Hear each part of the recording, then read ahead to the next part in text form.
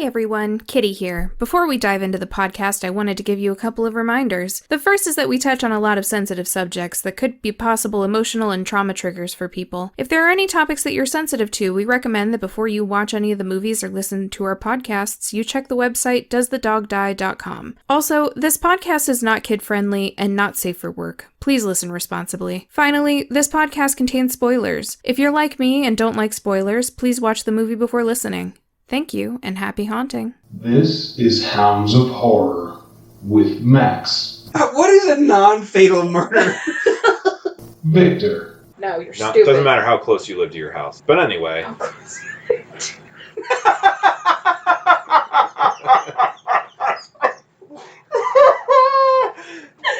And Kitty. That's a lot of words for I'm trying something instead of porn. So, for our first episode of our podcast, we are going to be discussing Mercy Black, which is a movie that was directed and written by Owen Egerton, starring Daniella, Pineda, Elle, LaMont, and Austin Amelio. The IMDb synopsis: a woman is sent to a mental institution after stabbing her classmate in an attempt to conjure an evil spirit called Mercy Black. 15 years later, she's released and must save her nephew, who has become obsessed with the phenomenon. So, at this point in our podcast, you will want to stop and go and watch the movie if you haven't, because we are going to be discussing a lot of spoilers from this point forward. So, it starts out with her, she's just about to get out of the mental institution, right? No. The very first part starts with easily one of my biggest pet peeves whenever it comes to horror movies, in that they take an innocent children's nursery rhyme and make it into the creepiest thing possible. Yes. Yes, I remember that. They did use the Itsy Bitsy Spider, which I don't think I've ever seen used before. And that brings me to a question I was going to ask you guys. Like, are children's rhymes, like children's nursery rhymes, are they inherently creepy, or are they just made creepy just over time because they've been used in this way over and over again? Depends on the nursery rhyme. Like, Ring Around the Rosie is inherently creepy because of its content. Yeah. The 4 and 20 Blackbirds song, Okay. where they bake the blackbirds into the pie and then one of them pecks off the maid's nose, also inherently creepy. I'm not opposed to eating crow pie, by the way. I don't know that I would voluntarily, but if somebody handed me a meat pie and didn't tell me there was crow in it, I'd probably eat it. All right. Okay. Yeah, I mean, I feel like all children's rhymes from however long ago these things come from, they were all designed to be somewhat creepy because they always had this weird family moral that you know, don't do bad things or such terrible things will happen to you. And I think they're all inherently creepy. Rockabye Baby bugs me. The cradle falls out of the tree. Yeah. It bugs me. Moral of the story, don't put your baby's cradle in a fucking tree. Ever. Yeah. So, okay, anyway, it starts out with the children's rhyme, Mercy Black, blah, blah, blah. And then Marina, Daniella Pineda's character, is just about to get out of the institution after 15 years. And her hair and makeup are on point somehow. Yes, she's very in vogue for not seeing the outside world for 15 years. Her eyebrows are perfectly done. So this part was kind of cliche to me because it's always like something horrible happened in the past. And then whoever, the protagonist gets sent away or moves away, leaves the scene of these horrible things, only to come back later in life to relive all the same crap and find out it was real after all. Or it wasn't in some cases. In some cases it's imaginary and they should not have been released from. I had a problem with that, actually. Her doctor did not give her very much advance notice that she was releasing her back into the fucking wild. Yeah, it was like a surprise. And she was like, wait, what? It's not the kind of surprise you want for someone who's been in a mental institution for 15 years for suffering from psychotic delusions. No. She's a very dangerous schizophrenic who fucking knows what she's gonna do if she goes off her meds and stops attending therapy. And they don't know what she's like as a person outside of this institution because she's been in it for more than half of her life. And they're releasing her. Yeah. But we have YouTube now. So, all she has to do is get on YouTube and type in how to be a normal person. Right, yes. And Yeah, I find it hard to believe, like, so she doesn't understand what the internet is. Like, she hasn't watched any media from the past 15 years. Not a single, like, episode of Simpsons or, makeup tutorial to do her perfect cheekbones. Yeah. I find that a little hard to believe. But I will say that one, like, tick in the good corner for me was I like that they set up a little bit of lore in the very, very beginning. Like, I kind of like movies that start with a little bit of a description, but it's a generalized quote about what Mercy Black is or what she can do or whatever. I like that. You're hurt if you promise her your pain. I like the general little, like, description they gave that kind of sets things up a little bit. Like, I like setting you up and, like, kind of whetting your appetite and wanting to understand more about this entity. Well, and that was the whole point of the movie, wasn't it? Like, that believing in something and believing in its lore is enough to bring something to life. Right. Which, has never been done before in the horror history. Ever. Never. I do like the idea that some weird... They didn't really explain what originally gave any of the girls the idea to do it, but it almost kind of seems like three little girls stumbled on the ability to summon some kind of a golem. Like... Golem. Like the movie Golem. Yeah, kind of, more or less. I agree, though. Yeah, that, I feel like, to my memory, wasn't explained that well. They didn't say, like, they tried to say that she was crazy, psychotic, whatever. The main girl, I'm terrible with names. If you keep listening, you'll understand that over time. In this movie? Just in general, I'm terrible with names. No. Period. I mean, like you were saying... The main blonde girl. The Becky was her name? Was it a B name? The main girl, the one who's like the ringleader of the three of them. Of the little girls. Yes. Rebecca. I mean, she's a big girl too. Later on, like meet her later too. Yeah, but she's Rebecca. not blonde anymore. She kind of seemed like the ringleader. Later. Well, yes. She has black hair later on. For some reason. But for some reason, she struck me as being like the ringleader of the group and the one who originally had all the ideas and brought them all out there and convinced them that, doing this was going to summon some creature to take away their pain and whatever. Okay. So I don't understand, though, where she came up with that idea. Like, there's no explanation of, like, was it some kind of evil manuscript that she read in some old dusty relic, or... I got the impression, and they didn't hint at it much, but I got the impression that she was being abused by her father. Yes. Because she said, my dad and I go hunting alone, and she, like, put emphasis on the fact that it was just the two of them. Yeah. So I think that she was looking for a way to act out her pain because she didn't want to keep it to herself anymore. I feel like it was also implied that Mercy Black was an urban legend, but then later on they say, or Austin Amelio's character says, that they created the urban legend of Mercy Black. The three of them did, yes. So it's slightly confusing because supposedly she exists before that. But it does seem like, not Lily, Rebecca, made all that stuff up. Like the summoning ritual and putting the dummy together or whatever. That was all her ideas. And maybe Mercy Black did exist in a vague sense before that, but was just a campfire story that maybe her dad told her. And then she decided to bring it to life by creating more of a lore for it. I mean, kind of circles back to what I was saying, that basically three little girls one of them through pain and anger and hatred, one of them through hope for saving her mom, and the other one just from, I guess, tagging along and wanting desperately to be a sacrifice and be important in some way. Lily wanted to die. I was going to say, did we find out what she wanted, or did she just wanted to die? She just wanted to die for some reason. But, basically these three little girls just accidentally believe in something enough that they accidentally figure out some ritual that actually summons some type of golem that they can now use to murder people. Which, that was also unclear. It kind of seems like it was also murdering the people that summoned it.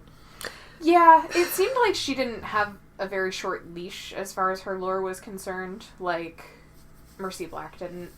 But, I mean, most of the killings that were happening were being done by Mrs.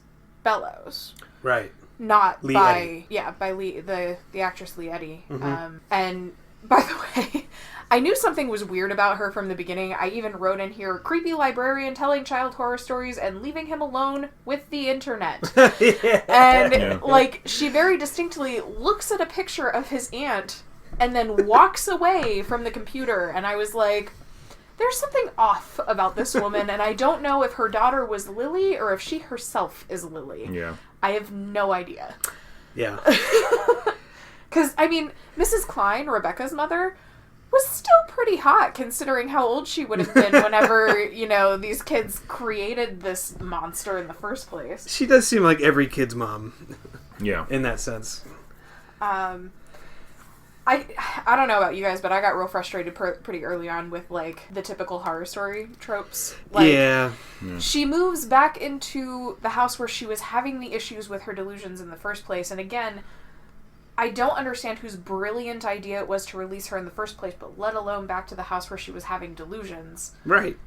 And then she immediately starts having delusions in the bathtub, which is another horror story trope. And she gets introduced to the dog, who we all know is inevitably going to die. Also, now I'm wondering who killed that dog. Was it Mrs. Bellows, or was it Will? I'm pretty sure it was Mrs. Bellows. That'd be my bet. Because Will, I mean, he was a weirdo, we'll say. Obsessed. But, like, yeah, he was obsessed with this whole Mercy Black thing and trying to tell her story. Mostly for greed, but, like...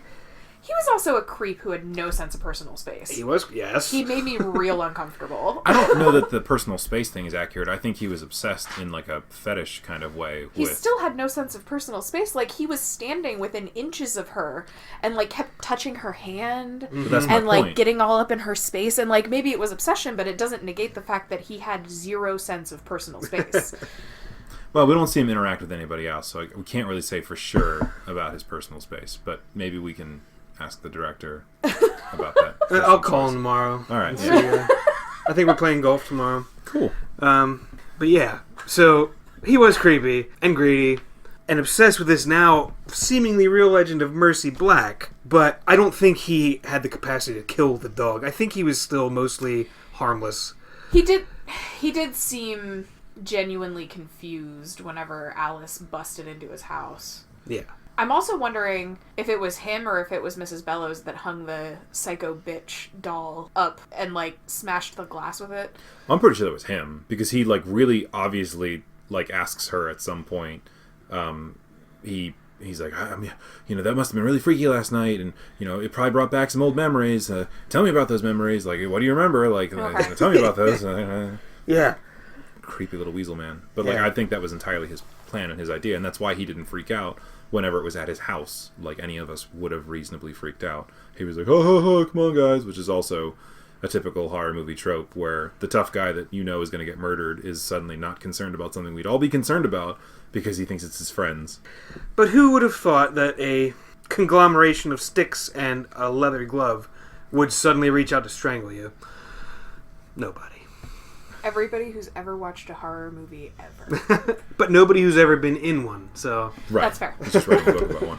Speaking of... Okay, so Alice is not a husband and is not a man, and they did not use that old horror story trope of the person who's not directly being affected brushing things off and being like, oh no, like, you're just being crazy. Like, Right. She noticed right away and was like, hey, something's wrong here. And I don't know if she thought that it was strictly psychological or if she thought that, like, Mercy Black was actually coming to life, but Alice started to believe things pretty quickly on.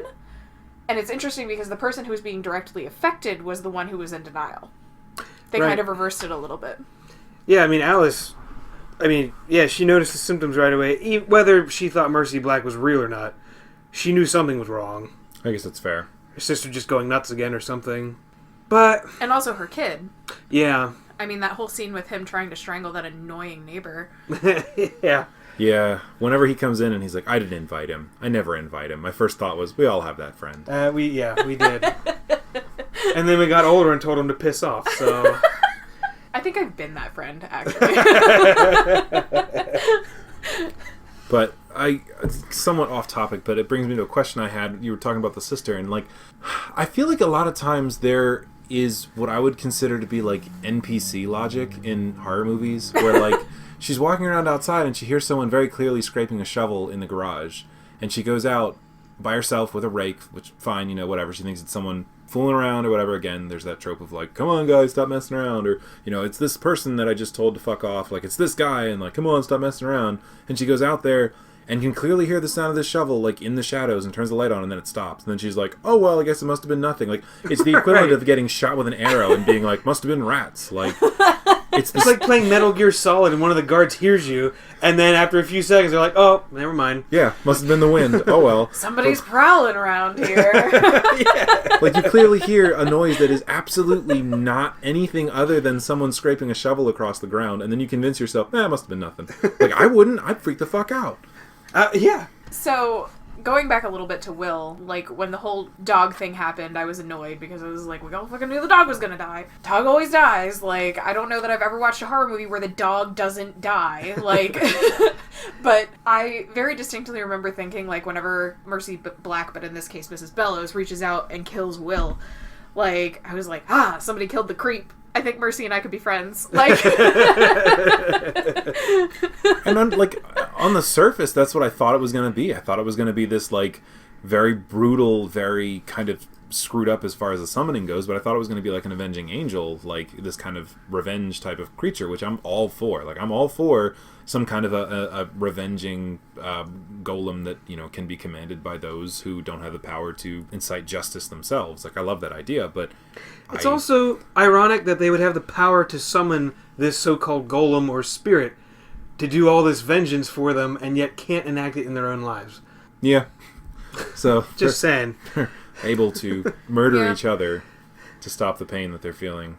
I mean, I guess I can understand being so desperate, like, your parents dying, or in the case of Rebecca, her father's likely molesting her, like, Yes, being abusive in so some manner. Yeah. desperate to eliminate that pain, and thinking that, like, you could do something. I mean, if you even think about it, like, Bryce, the boy, whenever his douchebag neighbor friend is over, and he attempts to strangle him, he didn't actually do it himself. He had his mom doing it. Right.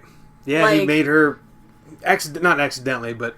Yeah, like, unknowingly. Yeah. Implicit, yeah. And so, like, I remember thinking, it's very interesting, like, these kids don't have the capability of doing things themselves, except Rebecca and Marina were both capable of causing harm to Lily, obviously. Yeah. Like, they didn't kill her, but they stabbed her and cut one of her fingers off. Yeah. Did you notice at one point, whenever Will was holding a glass of scotch, he was holding it in such a way that the same finger that they cut off of Lily was bent so it looked like it was missing? Like, it looked like he had cut his own finger off, and I was like, Huh. is that intentional? I don't, like, it's one of those things where it's like, did the director have him do that intentionally, or did he do that just, like, is that just how he normally holds, like, he was holding it like that. Yeah. For I those did not of you, notice that, but... For those of you at home who can't see, Kitty is now holding her glass with her ring finger folded in to make it look like it's missing. Just thought you'd want to know. I'm sure they were curious about it. Uh-huh. Yeah. But, I mean, I'm playing golf with him, not tomorrow, because I'm with Egerton tomorrow, golf. Yeah. But the Yeah, next yeah. day, I'll Yep. be with Austin and Amelio for golf, so I'll ask him then. Yeah. Play a lot of golf. You know how to play golf? No, I've never in my life. But Good luck. I'm about to. So these young girls are having all these issues in their family, dying mother, abusive father, this and that and the other thing. One of them's just plain suicidal, I guess. And so they build this mannequin, I guess we'll say, out of sticks, a creepy mask painted with crow blood. They stuffed, like, a sock or a ski mask or something to put the mask over top of. Yeah. Yep.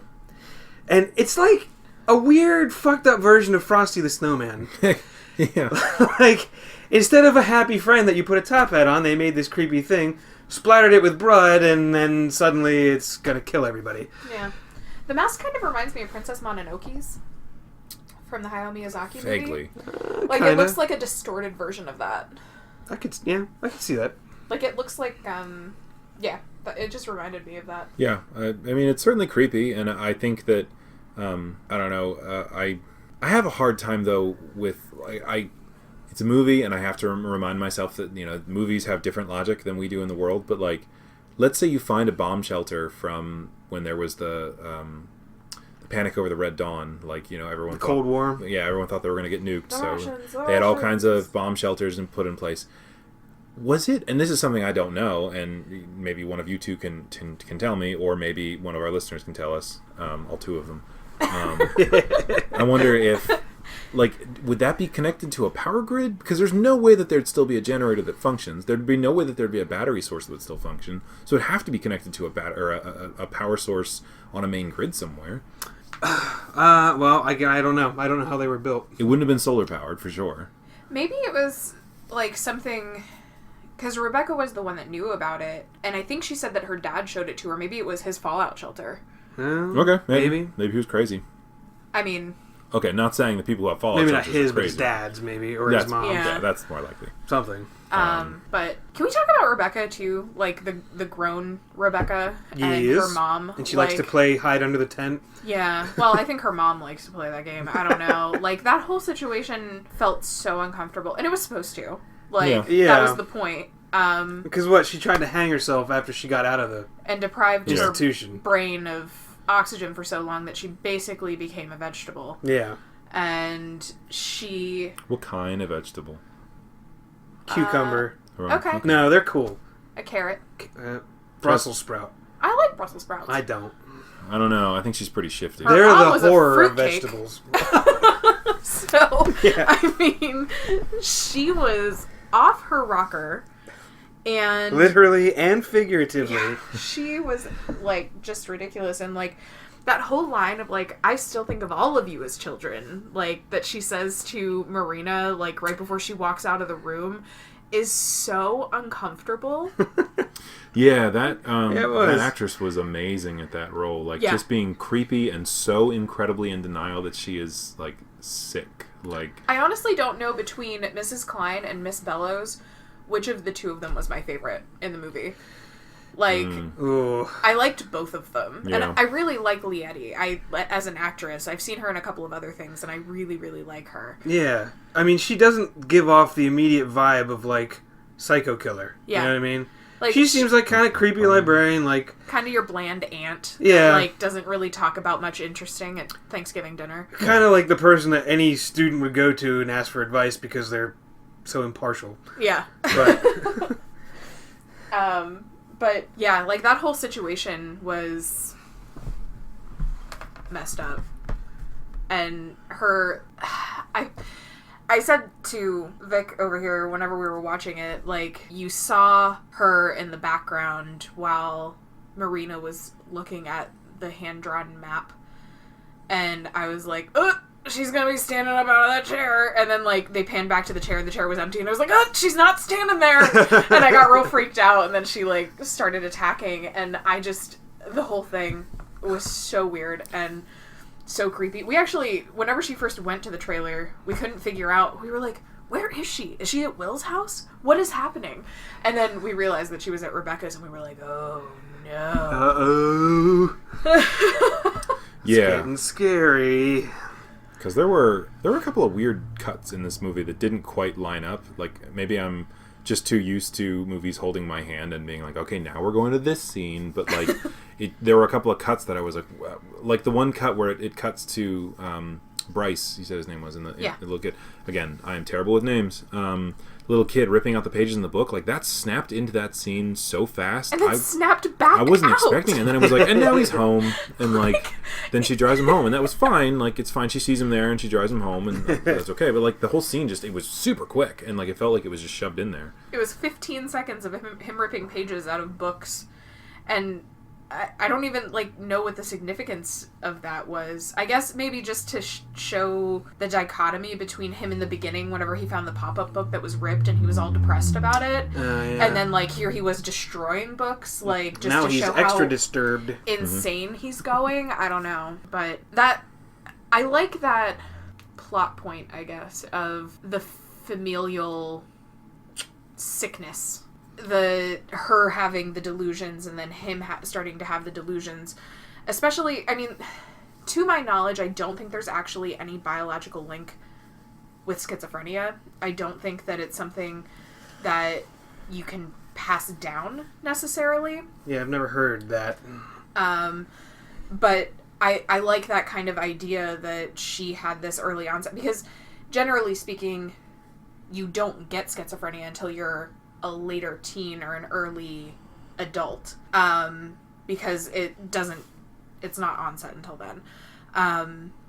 And it's even more rare for them to diagnose it that early because personality disorders and disorders of that sort are really hard to get off of your record once you have been diagnosed with them. Yeah. So if you're misdiagnosed with schizophrenia at a very early age, that could potentially screw up your life if it's misdiagnosed. So, but I kind of liked that idea that they were like, hey, this kid has the same thing that his aunt does, and that's why he's being equally crazy right now. Right. Yeah.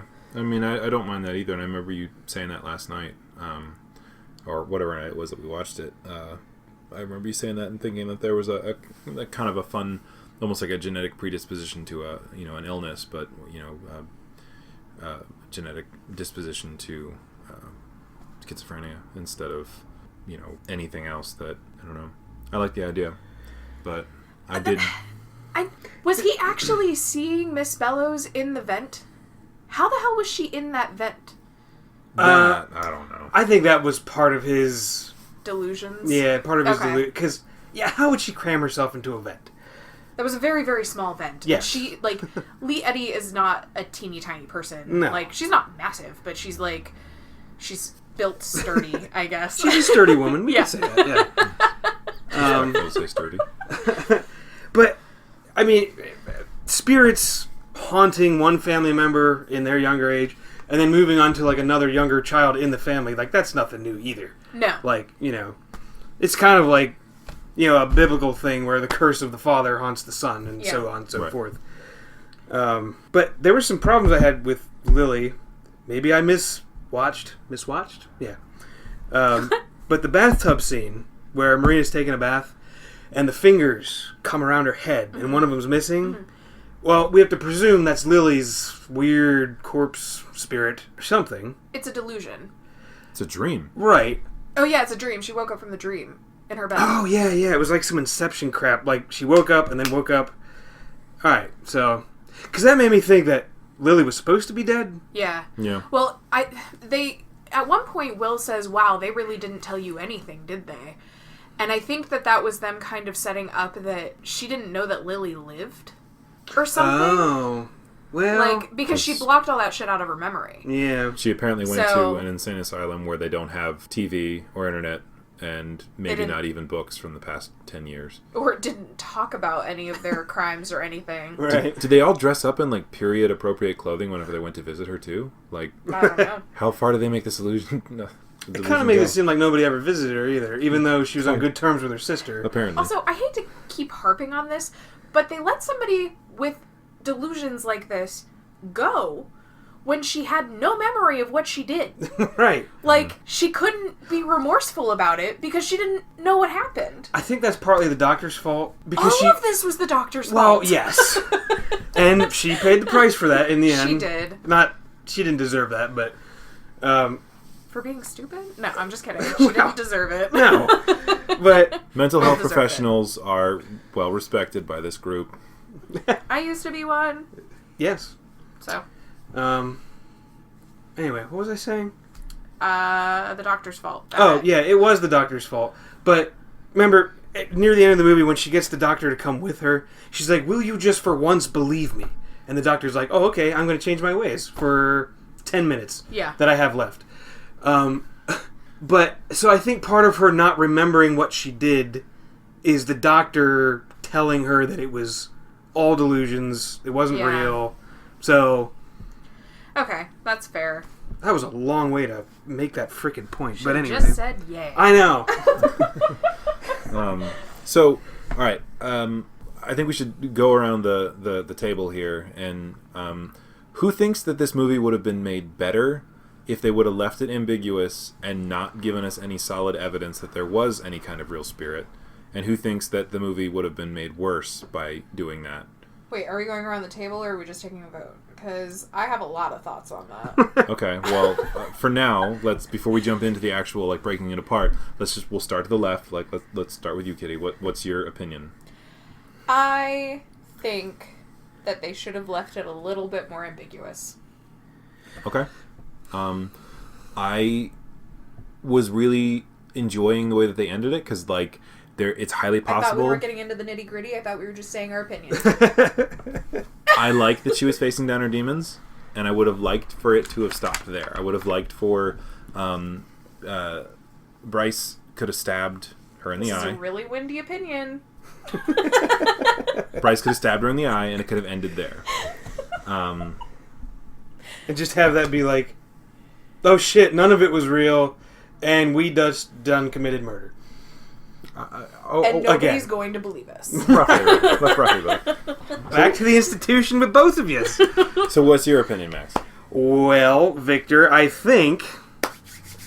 Okay. Part of the problem with rating movies, or anything, is that it's all personal, what you like. Mm-hmm. And I personally like to see the monster. Okay. I like it. I like it when it's hiding in the corners throughout like half the movie, and as the movie goes on, it gets more and more tangible. And near the end, you get to see the whole freaking thing in all its horrible glory. Well, it has its hands on you. Yes.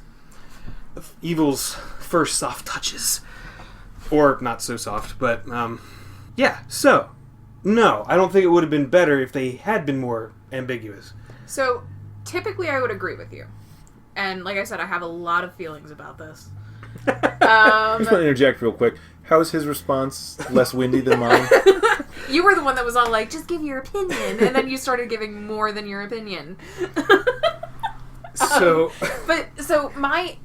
Typically speaking, I am on your side with that. I hate whenever you get to the end of a horror movie and you never really got to see the monster and you're like, oh, was it all in their head or wasn't it? And like that kind of a thing. But in this instance, I kind of wish that they wouldn't have had the monster hanging out there. Like, we already saw her. We already saw her attack Marina in the fallout shelter. Like, we saw the monster. She was there. She was tangible. But we still had that question of, is she a delusion? Or is she a real thing? Like, is this her schizophrenia?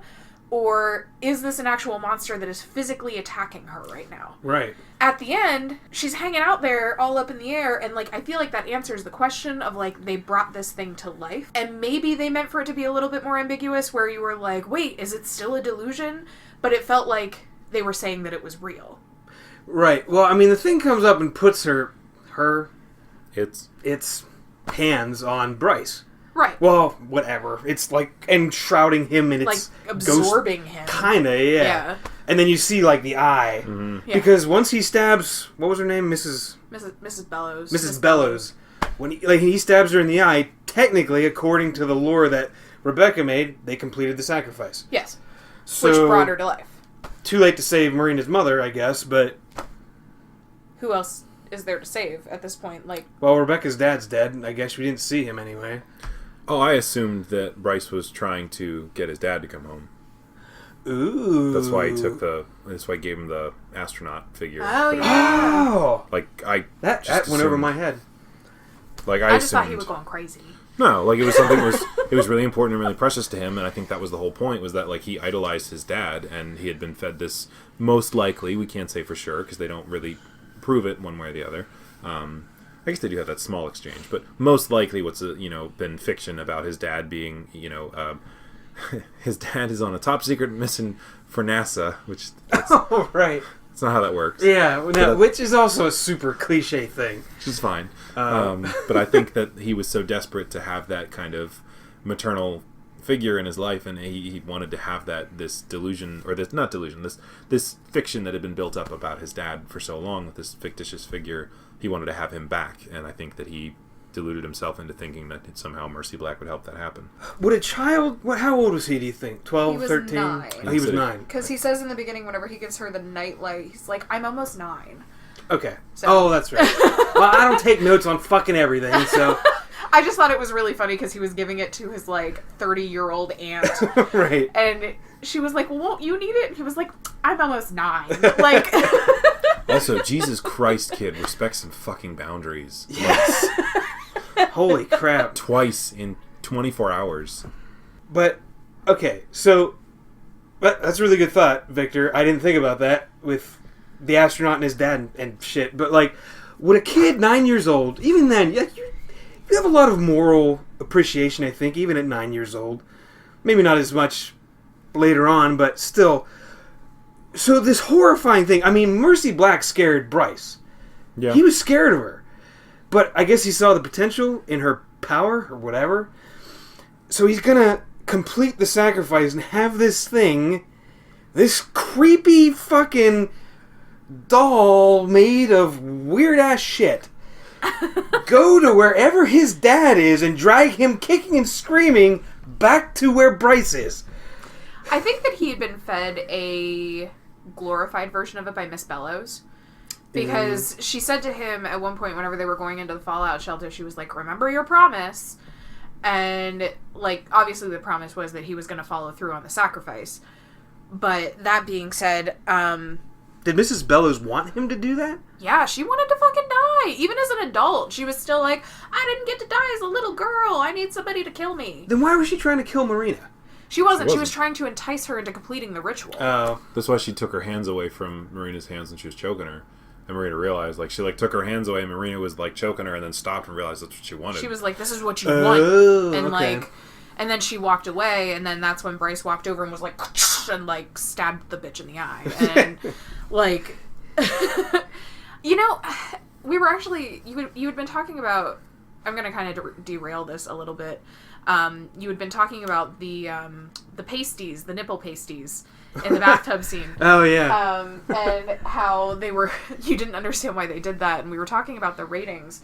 I'm actually really interested. I'm going to look up real quick and see what the rating was on this movie. For those of you who weren't privy to that conversation, Yeah. I wouldn't have made any mention of them at all if they hadn't put them on there. Like, when the hands come up and around her head and she freaks out, I'm like, what the hell was that in the tub? Like, it was this weird looking, like she spilled a cup of fucking Jell-O or something in the tub. And yeah, like, they put some weird nipple pasties on her, or that's what she wanted, I don't know. So you're trying to say that you weren't staring at her nipples. The only reason that you noticed them was because they weren't flesh-colored enough. Correct. They weren't correctly colored to her skin tone. That is what I'm saying, and believe it if you will. Every nipple is different. It's true, but Um, just seems super weird. All three of mine are different colors. looking for...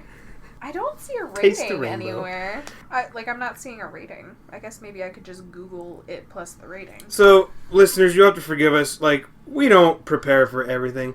Or anything. Anything, ever. We don't know what the rating system exactly means. I mean, PG-13 is pretty obvious, but, like, rated R and mature. I think mature is the worst rating. Like, that's got the grittiest everything. I thought that was X. No, that's NC-17. Wait, now I'm God. just real confused. I There's a know. lot of things Okay. being, like, So, letters and numbers. From what and I I'm bad at all understand, of that. rated M for mature is for video games. Rated mature is for TV. And rated NC-17 is for movies that are so terrible that if you are under 17, you need to have a parent, like, be with you or a guardian or whoever. Or have a permission slip written by your parents and take it to the movie theater with you. I don't know if that actually works anymore. There might be an app. There might be. I very distinctly remember doing that for, I think, The Ring. My friend and I went to see it whenever we were 13, and we took her, at the time, 11-year-old sister with us, and they almost didn't let us in, and we were really, really upset. More info, I guess? You just can't have everything It doesn't your way. matter. I don't need to really know. But I think that they were trying to keep it, like, PG-13 because there wasn't much swearing in it either. There wasn't much swearing. Even whenever the doctor got her throat slit, there wasn't much blood. The most gore that you had was whenever Miss Bellows got stabbed in the eye. Now, I would argue the most gore is when she stabbed Marina. So she was trying to get her to complete the ritual, but giving somebody a sucking chest wound with blood spurting out of their mouth Yeah, is okay. rather severe. Also, them killing the crows, too. In the pillowcase? Yeah. Like, you didn't really see much, but it was like a blood-soaked pillowcase, and it was super gross. But, like, I think they were trying to keep, like, a lower rating, and they managed that. But I feel like a lot of times, horror movies have a tendency to abandon things that horror lovers like in favor of a lower rating, like a lower category on the rating scale. I have already expressed my displeasure at the Batman movies for having done PG-13. Which Batman movies? All of them. Every single Batman movie of all time. Yes. The Joker goes to... Well, not the Tim Burton ones. Those are pretty severe at times, but... They were. Like, the Heath Ledger Joker... Like, he'll go to stab somebody or shoot somebody, and, like, they will just cut right away. And it's like, the whole point of him is that he's psychotic and crazy and, like... Yeah. Okay, so it doesn't have mature written on here. It goes PG, PG-13, R, NC-17. I thought mature was a video game rating. Well, but a ton of movies, like, on Netflix have a mature rating. Okay. Because I think they're not subjected to the same thing, but... I thought it was a TV rating, but we all might just be idiots. If anybody knows what the hell they're talking about, write to us and let us know.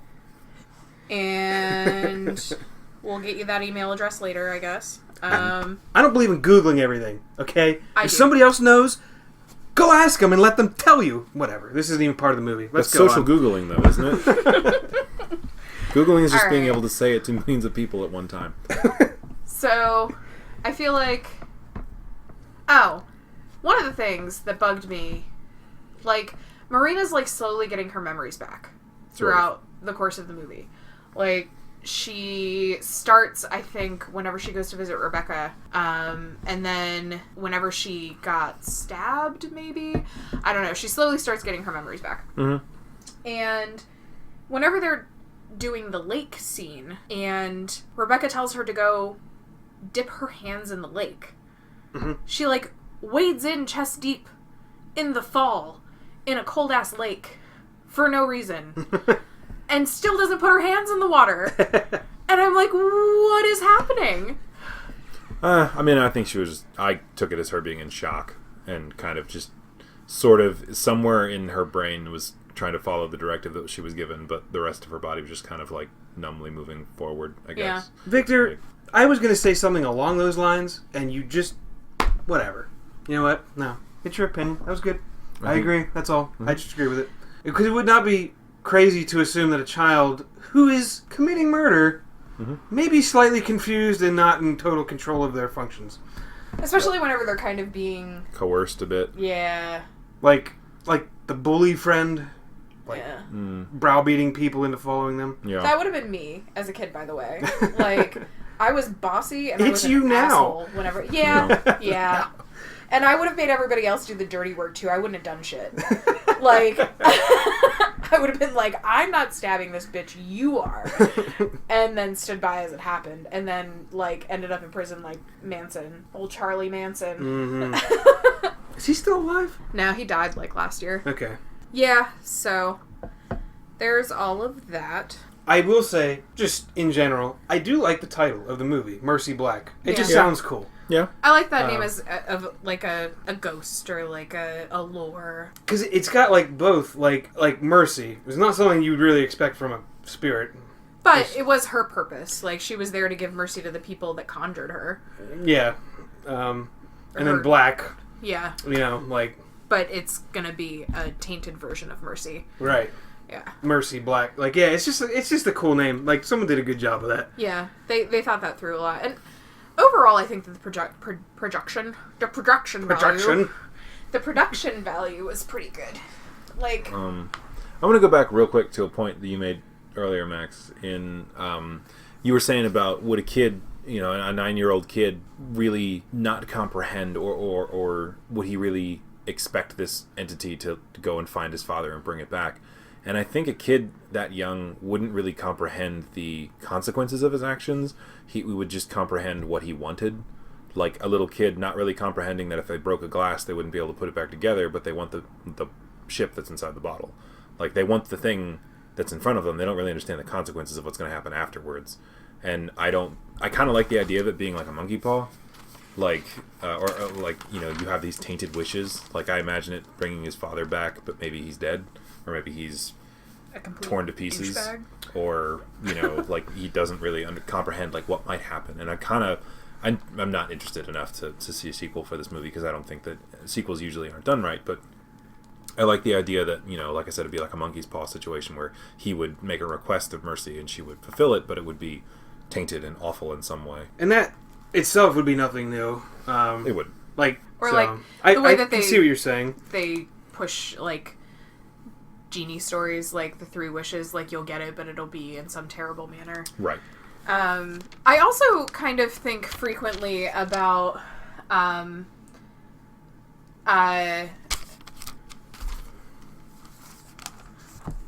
lost my train of thought. It derailed entirely. No survivors. Yep. Oh, wait. I don't know if this was a thought that I was thinking and saying just out loud. Start the new one. So the new one, that might have nothing to do with what I was just saying, so it might not make any sense. I think it's a little bit ridiculous that Marina, who has spent the last 15 years of her life, more than half of her life, in an institution, understands the nuances of her sister lying to her son about where the father is. Like, at one point she's yelling at her about, like, and, like, his dad's in NASA? Like, she understands, like, in my brain, she would basically still be, like, a 12-year-old. Essentially. Yeah. I don't think there's any reason why she wouldn't have mentally developed just for some No, reason. but, like, She wouldn't even know what Stranger Things is. She doesn't know what the internet is.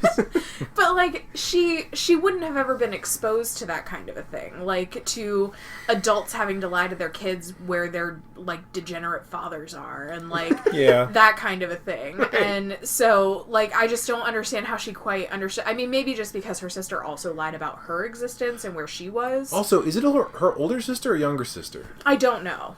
Because either I'm not way, sure. we're assuming that the sister knew Marina at some point in her life. But let's just surmise for a second that she's the older sister. Let's say she's older by just a minimum of like 2 years. How would you not fucking know that your younger sister does or doesn't like chicken? Like, Yeah. what? Yeah. That's just a weird thing to ask. Like, Yeah. why not ask, like, do you drink or, do you eat meat? Not, like, do you eat chicken? Like, that's such a weird, like... Yeah. Have you not seen her or talked to her for 15 years, but you're willing to let her come and live in your house? Freaking not. And It also, really makes it seem like she never fucking visited her. But, like, their relationship is pretty good and solid when she gets out. Like, Yeah, she's, like leaning her head on her shoulder Also, when why her would she- creepy boyfriend's telling the story. not freaking mention to her, oh, by the way, don't tell my son you were in a psych ward for the last 15 years. I told him you were at art school. That might be something you want to mention to her before she gets to your house. I don't understand. Okay, Like, by the way, all that stuff you did, we're just gonna push that under the rug. Also, I wonder how many iterations of not Google they can use in movies before they start overlapping. Like, this was findit.com, and I've seen searchforit.com. also, the fact that Miss Bellows, Alice, and Marina basically all had the same haircut kind of bugged me. They did. Wait, you mean now or when they were kids? In, like, now. I think that As and adults. Yeah, they all had super long hair that they never cut They whenever were really kids. good friends, guys. Well, like, I guess now we they never... all have the, what do you call it, a bob? Yeah. We never saw Alice as a child. Oh, that's true. We only saw the other 3.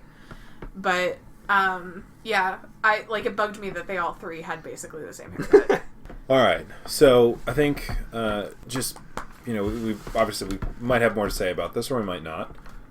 But I'm wondering, like, we can go around and we can, do our typical thing. So I guess we'll just do what we did before, left to right. Kitty, what did you like the most about this movie? The thing that I liked the most about the movie was Miss Bellows. Like, Okay. I thought that she was the perfect amount of weird and creepy, and then whenever it came out who she actually was, she was the right amount of manic, and, like, I just really appreciated her as a character. Okay. I appreciated the sound design of Mercy Black. Like, it was creepy, it clicked, it had this kind of otherworldly sense to it that made you feel uncomfortable, and immediately couldn't be confused for an animal or anything else. Like, it automatically sounded like something not right. Max, what did you like the most about the movie? Oh, well, let's see. I guess 2 things in combination. I like the monster, and I like the monster's name. Yeah. Okay. It's an unthreatening thing, just a pile of sticks and rags and whatever else they put on her. But when it suddenly moves to animation, it's fucking scary. Yeah. So, I like that. Okay. All right. It kind of feels like you're our dad right now, Vic, making us go around and say what we're most thankful for. All right, you hold the talking stick. Why did you hit her? I will make us a talking stick for next... No. I will not respect the talking stick. Nope. I'll just warn you ahead of time. It'll be Mercy Black, and we'll summon her when you don't respect her. Anyway. All right, so we'll go back around again. What did you like the least about the movie? You would think that it was the fact that they completely disregarded the mental health of the main character. But it's not. It's the fact that they killed the fucking dog. I hate that trope. I hate it so much. And they put it in every horror movie, and it's the worst. Okay. I mean, the tropes are frustrating, sure. Specifically that one. Don't kill the dog. The dog did, or the cat for that matter. Occasionally, they switch it up, and they do a cat.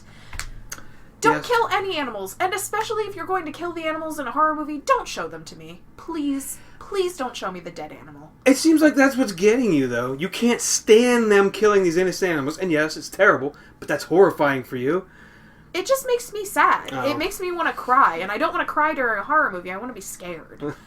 It's understandable. I mean, it's supposed to give you this sense of unease, but honestly, it just makes you... Like, I don't feel any more uneasy when I know that they're going to kill the dog than I do if, they... the little kid has nightmares, or if, whatever else is going on in the movie that, is supposed to give you this growing feeling of dread or unease. It doesn't make me feel any more when, they kill an animal.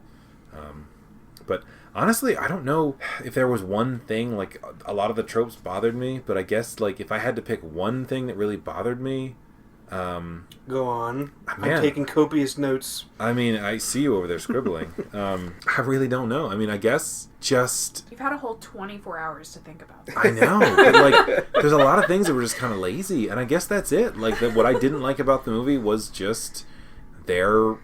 reliance on lazy tropes that aren't bad. They work, but they're just lazy. Like, if you don't do anything new, then what do you really expect us to get out of this movie that we haven't before? And if 30-40% of your movie and 30-40% of your horror is based around horror movie tropes, then, like, that's just kind of lazy. And I'll have to not use that ever again, because that's going to be so many horror movies that we watch. if that's and again this week, my complaint.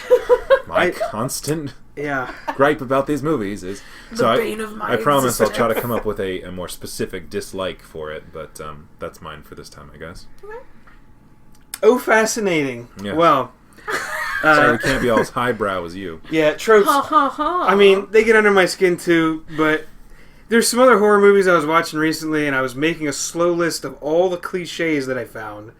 I counted and, like 6 before minute 11 in this one. Like 2 pages in, I'm like, fuck this. Like, it's just awful. Probably my least favorite thing about it was, again, the cliche of the protagonist being involved in some weird shit, leaving the scene, going away, wherever it is, and then coming back, and all the shit starts happening again. Yeah. Like, how stupid do you have to be to come back to all that? She did try to leave at one point. She was like, I think I should get my own place. And her sister was like, nonsense. It's true. Like, she should have fucking left. But, like, what was it? My Bloody Valentine, same thing. Ah, I forgot about that movie. Yeah. Jensen Goes Ackles. away, comes back, shit starts happening again, and it's like, who saw that coming? Like, not me. Okay. Yeah, it's fair. It's certainly better than mine, and much more succinct. All right, so what was the scariest scene in this movie, in your opinion? The creepiest thing for me Scary, creepy, sure, same thing. was Mrs. Klein, Rebecca's mom. Okay. She was a fucking creep. She was creepy. Well, her and Will, honestly, like, Will's whole presence made me uneasy between those two characters. Like, it wasn't anything to do with the monster. It was the really good writing and acting by Mrs. Klein, and the creepoid acting by Will, like, just ignoring personal space, touching her hand, trying to get her drunk, and I know that it was all for a purpose, but both of those things just made me feel really weird. Yeah, okay. I mean, I guess it was meant to make you feel creepy, or creeped out. I think for me, the creepiest scene in this movie, I had a really hard time deciding between 2 separate scenes that both kind of freaked me out. Give them to us both. Yeah. So Tell them both. the first one that I gave 2. made me feel uncomfortable, and there was... Spoiler alert, this movie didn't really scare me much. There wasn't really a lot that really made me all that uncomfortable. This whole podcast is a spoiler. Sure. We should just call it Spoilers and Fools. Spoilers and tropes. Yeah. So, the first scene that made me feel uncomfortable was the one where it's in the third act, and she's... I forget why, but she's walking up the stairs, and she's looking down the staircase, and that little door... I don't know, it's just a little closet or something at the top of the stairs is open. Oh, and there's crawl space. There's an arm and the head is kind of poking out. And it's just fuzzy a little bit. There's a juxtaposition between her and she's in the foreground and the background's blurred out. And you can see like this weird shape of Mercy Black kind of like lumbering towards her very slowly. And it recedes so quickly and unnaturally back into that spot. It's just really creepy. That freaked me out. Does she go look... real quick, does she go look inside of there, or does she just lock the door? I'm pretty sure she looks. I think she opens it up. Eventually she goes and looks. I'm not sure if it was right after that or not, but... Well, I think it was specifically right after that time. I was just thinking, was that Miss Bellows, or was that... No, that her was definitely... imagination? I think that was her. That was Okay. one of the times where we're supposed to infer that she was wondering, like, you have that feeling, like, when you're like, there could be someone right behind me, then you look and they're not there, and you're like, oh my god, I feel Or sometimes better. they are there, and you're you. Oh, sometimes, yeah. Well, I mean... Anyway, but no, I think what'll end up, what honestly gets my vote for the creepiest scene in the movie was just one split second where she's stabbed, she's crawling across the floor, it falls on her, Mercy Black's, the totem that they made of her falls on her, and she kind of gets her blood on it a little bit, and she's crawling across the floor, and you hear that sound that I said, like, it's creepy, it's weird, it's like a prattling, crawling sound, and it sounds creepy, and she turns back, and like just its head lifts up, and there's no reason for it to do that. There's no reasonable explanation you can say that would make it do that. Like its neck lifts up and its head lifts up, and that freaked me out, because then all of a sudden, like, it is this real thing, and there's this realization that, oh my god, it's real. Like, maybe, but could just be her imagination, but still, that to me was freaky. Real quick, I think your ankle cracking just picked up louder on the microphone than you speaking. Well, that's what people really come here to listen to. Anyway. Alright, so what about you, Max? Stop prompting me. But anyway. Dad. Yeah. You go at your own pace, Max. We're all here for you. I have to agree with your first one. Like, the fingers and, like, just to have a face sticking out of the door, that was fucked up. Like, if I saw that in my own house, I'd be... I don't know what I'd do. Fuck. I don't know. Jump out a window or something, maybe. But I wouldn't be able to do this podcast if I lived on my own. End of story. I mean, I think the only reasonable recourse in that situation is to slowly walk backwards, facing that doorway, not looking away, and then you set your house on fire. That is probably what you should do. Burn it! And then when the fire department arrives, explain in detail what happened, and they'll pat you on the shoulder and tell you it's okay. Well done. Yeah, other than that, I don't remember the first time we actually saw Mercy Black animated. Was it after she was stabbed? Yeah. Is that the first time that Mercy Black actually moved on her own? She bumps into it, and it falls on her when she's down in the bunker. And it starts doing the, like almost like the balloon under the plastic bag ghost thing. Those things that people hang in their trees at Halloween. Like, it starts kind of moving like that. But, like, she was in a really, really vulnerable position as she's crawling away from it. Like, true. And then, she's hurt, she's fucked up. And that's what I was kind of wondering, like, maybe is this a blood loss-induced hallucination? Like, is this not really real? Or a stress-induced. Right. Actually, I'll tell you the other one that actually did, not maybe scare me, but, like, it was unexpected. Okay. It was when the doctor got her throat slit.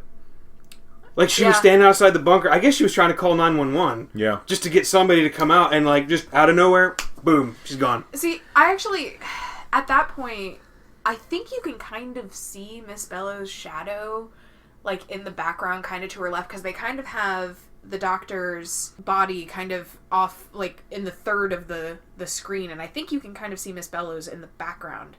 And then she kind of, because I was waiting for it, I was like, oh, fuck, this bitch is dead. Like, I knew it was coming. I don't know why I didn't expect it. I was also really mad that she didn't go in the fucking bunker. Like, why did she stay up there? I mean, I guess maybe she was trying to make a cell phone call and couldn't get signal down there, but you never saw the party. Did Marina tell her to stay up there? Yeah. She did, but I don't understand why. Yeah. She told her to flag down help if they came. In the woods. To the middle of the fucking woods. Nowhere. When I At don't. night. Did they contact anyone? What was she hoping for? Our child is awake. I see that. Calm down. So, I'm just going to say my overall rating for the movie, and what we think we want to start doing is giving a movie a general rating on the merits of the movie itself, and then like a scare factor or like a fear factor for the let's not say fear factor, could get us in trouble. Seth Rogen's gonna come knocking on our door. You can't use that word. That's not what he sounds like. That's my best impression. All right, I'm not known for impressions. So I would say I'd give the movie itself, it's passable, it's fine. There's nothing really wrong with it. It's a little lazy. I'd give it a 3 out of 5. That's my opinion. As far as it being creepy or scary, I didn't really feel like there was more than maybe 2 or 3 seconds worth of creepiness in the movie. So I'd put the creepy factor at, a 2 out of 5.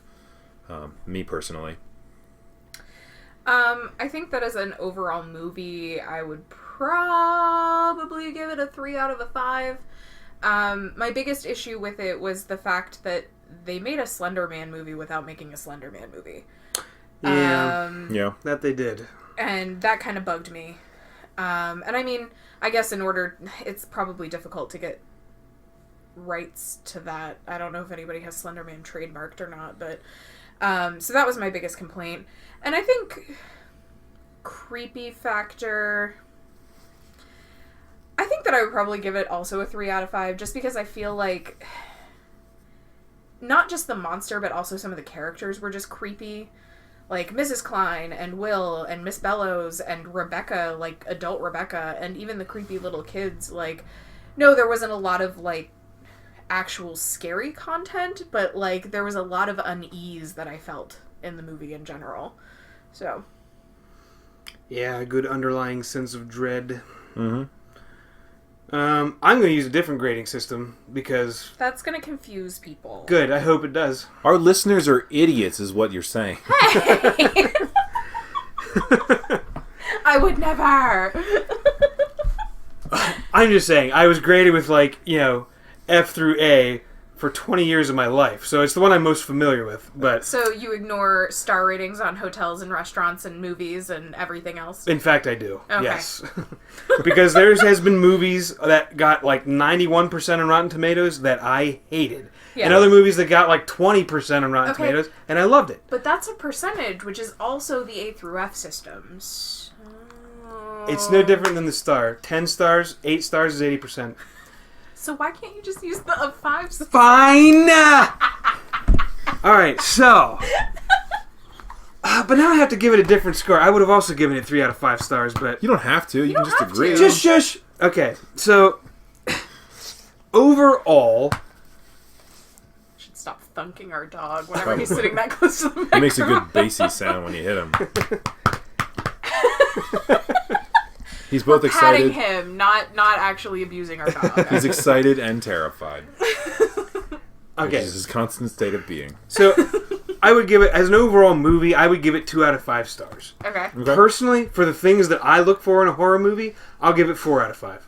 Okay. So that's fair. Yeah, I do recommend it. I think you at least won't feel like you've wasted your time by watching it. No, not at all. I think that overall it was a pretty decent movie. It could have been made better if they had maybe loosened up on their FCC ratings, but yeah. If it was PG-13, they are allowed at least one fuck. I think they used one F-bomb. Did they? I think whenever she's about to go confront Will, she says I'm gonna fucking kill him or something. I think she did use one at one point. She or that fucking asshole or something. Yeah. I think Mrs. Bellows. Wait, did she say? Because she said I'm gonna go find Bryce. Did she say I'm going to cut his fucking throat? No. Or am I adding that in? You're adding that in. Okay. It would have been cooler. It would have been. But... I kind of wish that they would have made one of the 9-year-olds use the only F word that they were allowed in the movie. That they wanted to. My whole day. It would have made that little kid's whole day. You mean I get to say the F word and get paid for it? That kid would have been so excited. Yeah. What are you doing in there, Bryce? I'm hanging my fucking friend. He's fucking killing me! No, I would have been mad if they gave it to the annoying kid. Yeah. Hey, Calcifer, you need to settle down. I swear, I'm gonna have to look up that kid because I swear I've seen him in another movie playing the exact same role. Oh yeah, as the annoying neighbor kid. He always plays that. I mean, he does it well. So if you're going to typecast him for anything, I mean, he's there. Yeah. Yeah. No. Overall, I think it was a pretty decent movie. No, nothing wrong with it. I just, it's honestly, I will not remember much of anything about it in 3 weeks because it was pretty forgettable. That's our dog crying. That's our dog, yes. Please Yawning. ignore. It's a pretty forgettable movie overall. It's good while you're watching it. Nothing wrong with it. You're not, like Max said, you're not going to feel like you're wasting your time. But in all honesty, it's it's not really anything new. So the actor who played Sam, who was the annoying kid, his name is Dylan Gage. Dylan Gage. And he... Calcifer, stop whining into the microphone, please. He was in Stranger Things. He played a boy named Johnny. No. Yeah, no. I think he was one of the douchebag kids that was attacking the kids that you're supposed to like in that show, and then Elle, was mean to them. Oh, I yes, think he so. was. Which, I mean, basically the same kid. Yeah. He was also in Bobcat Goldthwait's Misfits and Monsters. Never saw it. Well, all right. Although I'm going to add that to my list now. Didn't know that existed. He's actually a cute little kid whenever he's not made to look like a creepy, annoying little kid. Look at him in his little bow tie. Oh. Yeah. I love him. Yeah, he did kind of they made him play it like a total douchebag. But he did it well, so maybe he's a great actor. Or maybe he's a douchebag. No. Alright. I guess for next time, I'm going to pick. Okay. And we're going to watch, and I'm so sorry if I mispronounce this, La Llorona, The Weeping Woman. It was a movie that came out this year, and actually none of the three of us have seen it yet, which is rare. So we are going to give that one a watch, and we will report back next week. Yes. That's all I had to say. That's it. I was going to add something corny to the end of that, but I guess I won't. The sign-off is just yes. Yes. Yes.